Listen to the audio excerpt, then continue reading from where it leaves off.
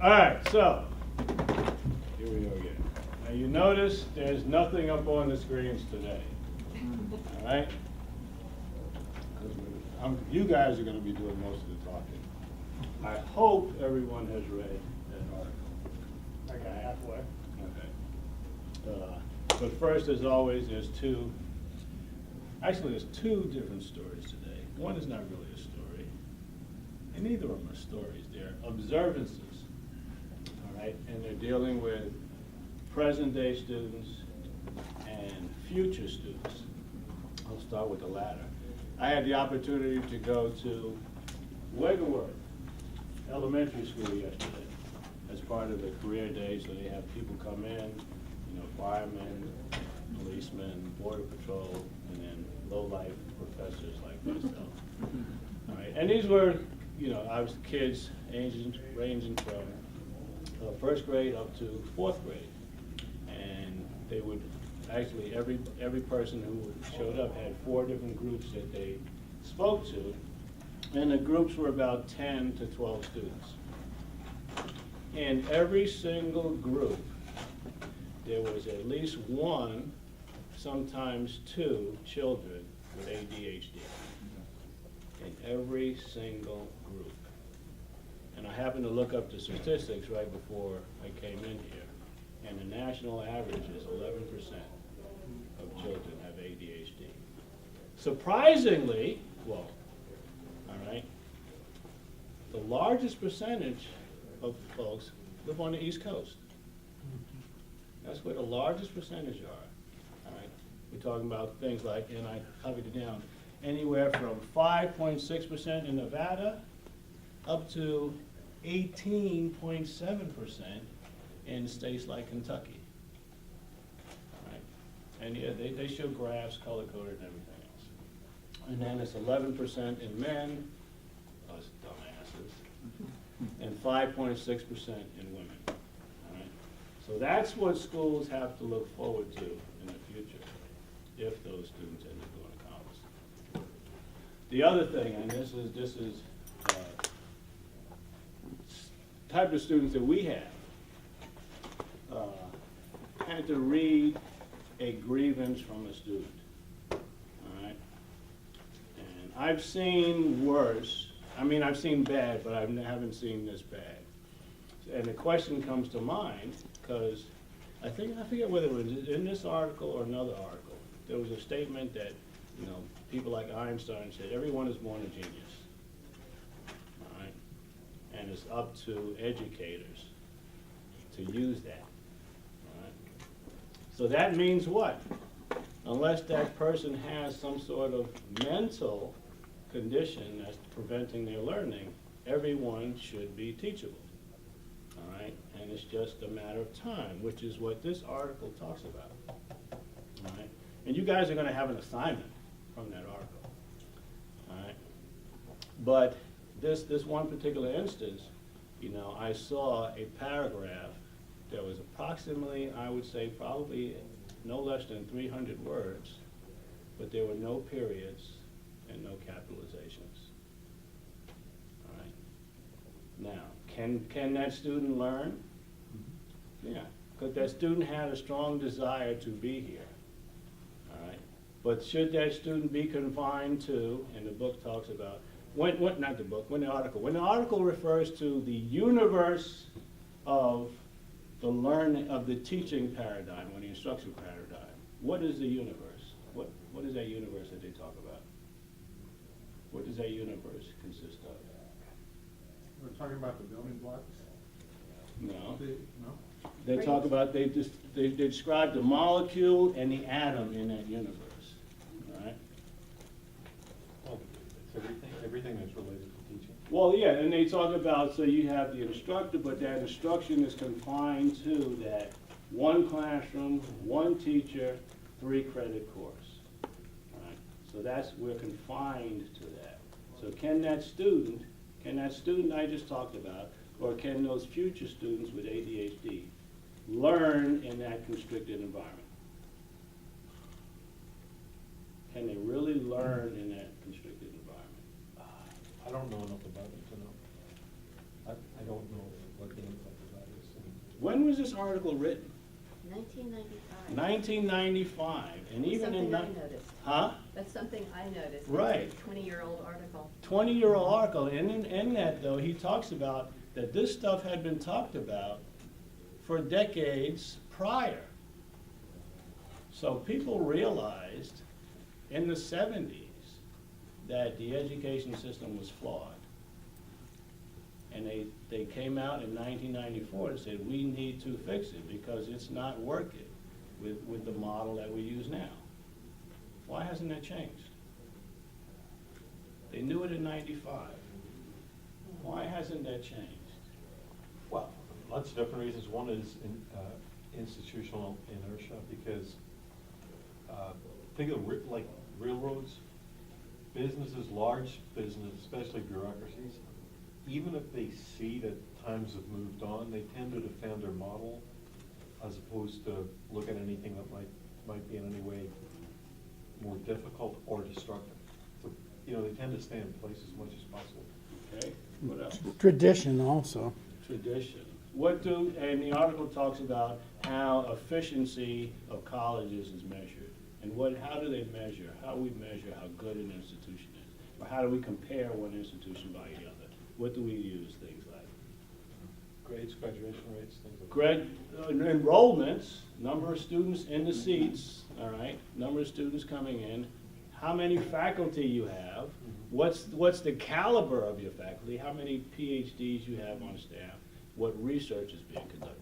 Nothing whatsoever with what the people walking out the door know. Nothing at all with what the people walking out the door know. So, a lot of discussion on and we call it the instructional paradigm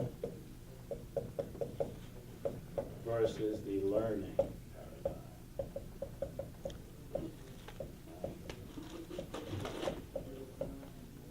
And the indication is that we're restricted because we live in this world where things must occur by one teacher in one classroom in that 3-credit course. Right? That's what we're constricted to. All right, what about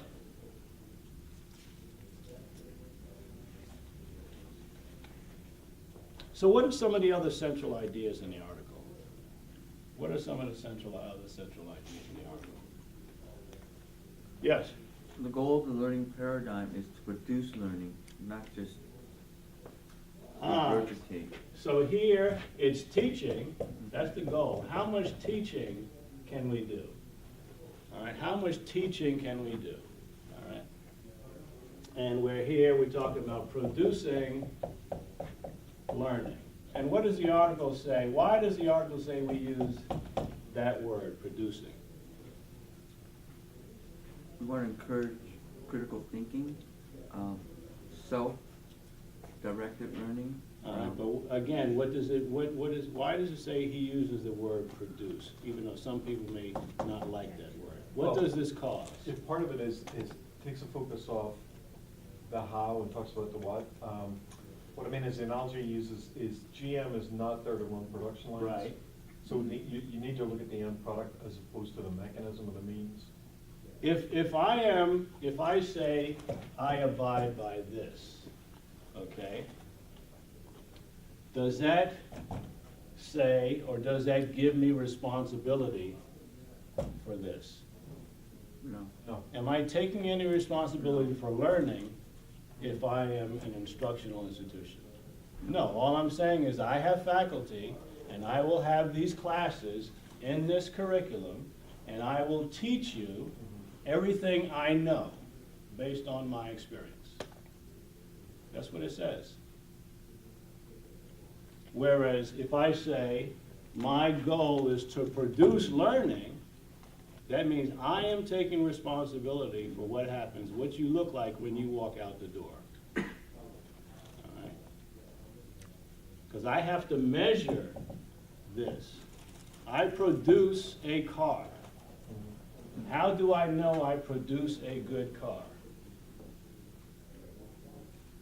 I assess. How does Ford know he produces a good car? Well, Ford really doesn't. How does Ford know he produces a good car? They measure the quality of that output, all right? And they take responsibility for producing that quality output, all right? Have we really taken responsibility for this in our current model? I see some forms of it, I think we're working toward that, I do notice that. How? How do you notice? We're actually, like many iterations before, like the flipped classroom, we're encouraging more student-centered learning. In that sense, we're encouraging critical thinking skills. I mean, it's not the whole 100% achievement, but I think we're working towards it. A Well, lot of what we do is hands-on as opposed to just lecture.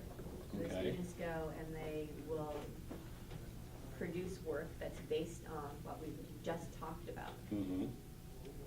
well, we have learning outcomes too with the ACICS, and those learning outcomes are kind of a way of determining whether the student we've produced learning. All right, so now I'm going to ask the question, which the article also talks about. How many of us know the learning outcomes of the courses that we teach? All right. They're in the syllabus. Yeah, they're right on the front page. But no, saying that they're on the front page doesn't mean you know them. Right. And so that's the question. How many of us really can say that we know the learning outcomes of the courses that we're teaching, and we pay attention to those learning outcomes every time we get in front of that class? I can say honestly, I don't. All right. I know what I want the students to know. All right. But I don't, prior to every course, read every learning outcome to remind myself what it is. I find myself, when I put together a curriculum, I pay attention to it, but I don't mentally revisit it. And that's what I'm saying, and that's exactly what I'm saying. All right? And if we don't keep that consciously in the back of our mind every time we get up in the classroom, all right, then if we don't do that, then we must, if we don't pay attention to the learning outcome in the class every time we get up to teach, then we have to make sure that we're doing assessment. I We think, have to do one or the other. That's right. All right. If we pay attention to the outcome every time we get up there before we teach, all right, then we're teaching to that outcome. But if we don't do that, then that even makes it more mandated that we have to do assessment. I think. You got something that you want to squeeze out? Just the way I do it is, first day of class, I go over the syllabus, and I mention the learning outcomes right up front. Right. And I explain where in the class we're going to tackle these things. I don't really revisit it at the end of the class and say, did you learn? But the students are aware, and I tell them to hold me accountable if they didn't learn these items. So I put the responsibility on them to hold me accountable. Right. And putting the responsibility on the student has really done how much for us so far? We have some graduates, right? Okay, but we have graduates based on, and that's another thing. So what happens, and the article brought this out, they did a study, MIT and several other universities did a study on physics graduates, all right? And who all passed upper level physics with A's. But you take them out of that context and they don't do as good. All right? And it's the same thing we see. We have people who will sit in on, let's say, a Net 250 course where we teach subnetting, and then they get to Cisco where they've been going over subnetting again. What's the percentage of people who still remember that? 20%. All right? Or what's the percentage of people who go through COM 107 and get to COM 152 and can even remember the correct syntax that they learned in 107? 50%. All right? So, because again, they are in the mindset that they, on those 10 weeks, they listen to what is being taught, and then after they get out of that class, it's data dumped. And they say they data dump it, but that's not intentional, that's just what happens, because they haven't learned it. They've been taught it. Well, if the courses are written correctly, wouldn't the learning, it seems like the way we wrote our curriculum, the learning outcomes are definitely part of it, and if you're following the curriculum for your class, the learning outcomes are pretty self-evident. And the Yeah. rubrics in their department also reinforce the learning outcomes. Right, and that's going to vary greatly with the department. All right, because if you look at things like game design or cybersecurity or software development, they're more factual, conceptual based, whereas graphics design is more performance based. So to really learn it, you have to perform it. You can't perform, all right, transferring one packet to another, from one computer to another computer. That's something that you have to conceptually understand. All right. So there is a huge difference depending upon what the curriculum is. I think, Bill, the human brain only has so much room to retain information. And if you're not using it, Right. your brain itself just dumps it. But I think the important thing is knowing how to recreate the knowledge. by Does it research. dump it, or does it just It's- store it it's not away on your for mind. retrieval? Yeah. It's You know, just- like I took a bunch of calculus courses and asked me to do calculus today, I can't do it. No, I have but, to Go look it up. but just like the article points out, the author points out in the article, yes, he learned calculus back in high school, college, whatever, but then when he had to teach his buddy how to teach calculus, he retaught himself 2 semesters of calculus in 2 days. All right, because you have a foundation of knowledge to build on, all right, and then it comes, but that was quicker. Also, you talked previously, we can use different modalities to increase memory or learning. So it's like not only just visual learning, auditorial, tactile, using all those facilities will also enhance and retain memory longer too. Right. And it's like I said, I constantly, every time I teach a course, I read the book again, all over again, because each time you do, I have built a framework and a foundation that I pick up more that I didn't see the second time. It's a little bit harder here too, because of how much we try to teach in 10 weeks.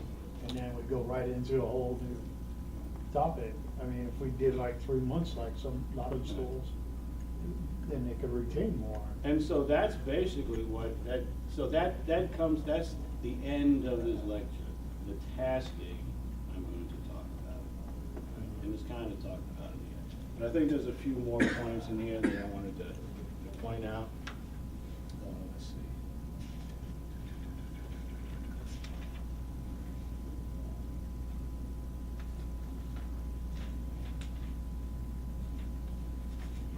Oh, and there's a quote that's been, and it's opportune, there's a quote that's been posted on the screens here the last few days, from Einstein's quote. Anybody see that quote?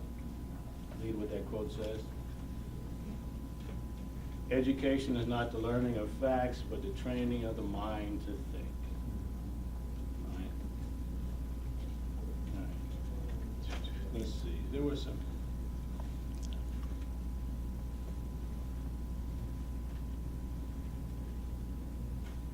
There was one aspect when I read it, and it's actually a very good point, but I don't think we ever applied it, was like an external factor in the assessment process. Right, they do talk about, and why does it talk about that?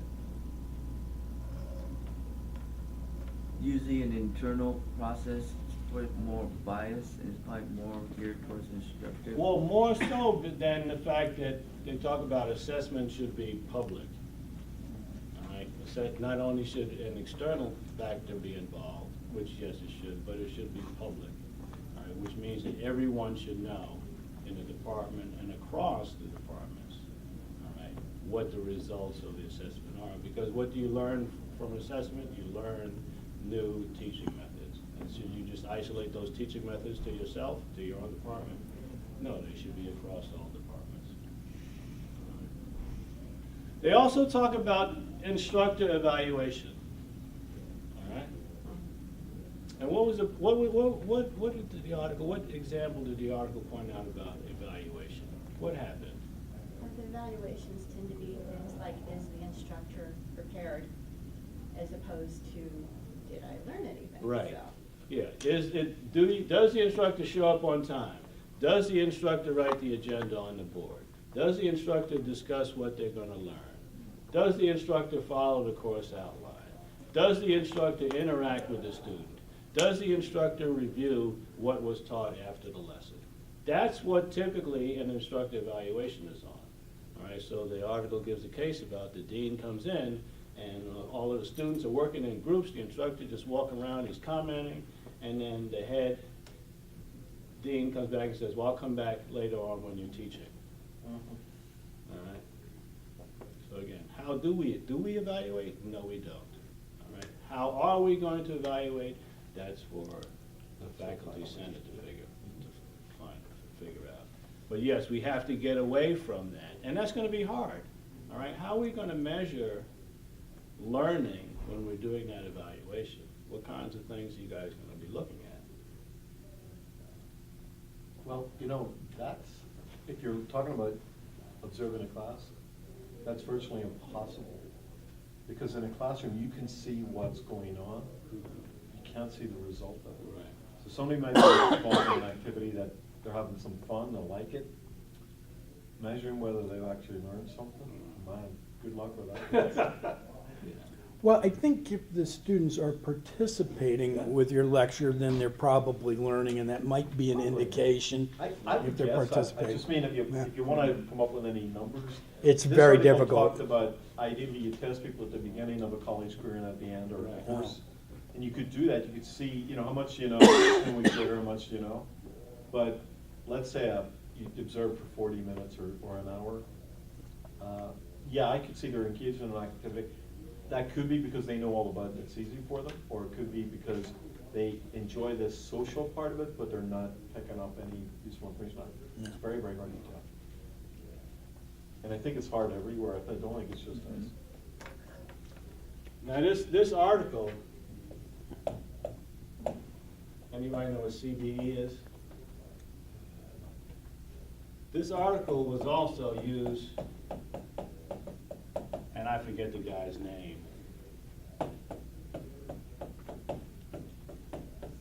to form the basis of competency-based education. Right?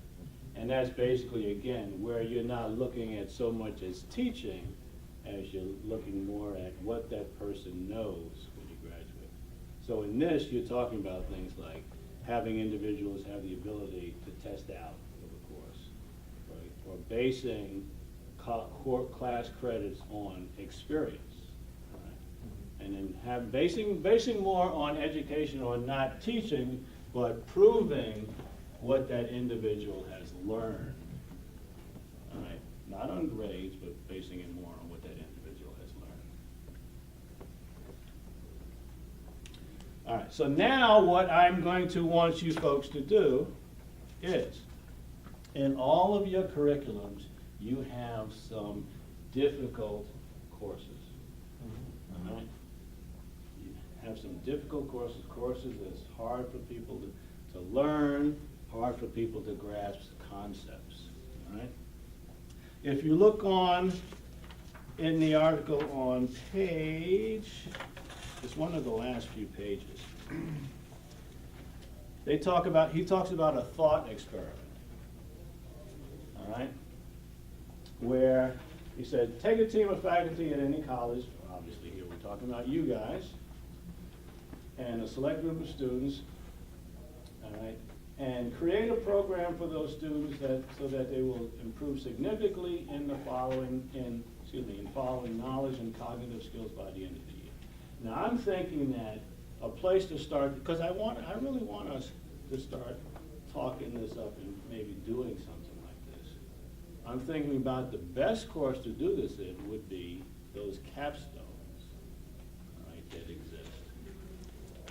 All right? And in those capstones, all right? You assess the students at the beginning, at the end, and your task is to produce learning with these students. In doing so, you're not constrained by any rules or regulations you have grown accustomed to. You're free to organize the environment in any way you like. The only thing that you're required to do is produce the desired result with your student learning. So take a course in your curriculum and think about and create how you would run that course. If there were no time constraints, all right, within that 10-week period, all right, you didn't have to sit for 3 hours or 4 hours in lecture, but your only result was how you would produce learning and how you would measure that learning. All right, so you all have your assignments. And we'll start off next week talking about that stuff. All right.